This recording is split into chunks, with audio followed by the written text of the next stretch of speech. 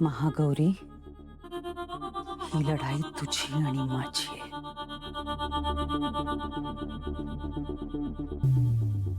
चिरतारुण्य मिळवणं हे माझं अंतिम ध्येय आहे आणि ते मिळवण्यासाठी मी ही लढाई लढणार आणि जिंकणार सुद्धा. काही गोष्टी मला माझ्या मनाविरुद्ध करायला लागणार आहेत. खरं तर मीरा आणि अथर्वला लांब ठेवणं माझ्या फायद्याचं आहे. पण आत्ता मला त्यांना जवळ आणावं लागतंय.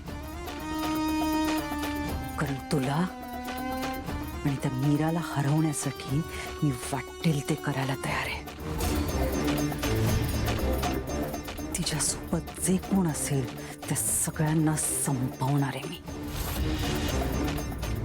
मी याची सुरुवात उद्या त्या म्हातारीपासून होईल.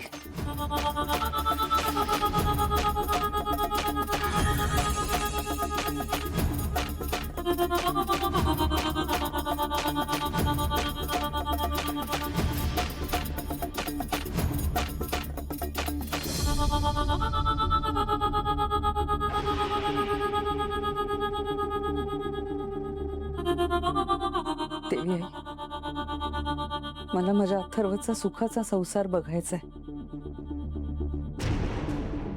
माझी लेक मीरा,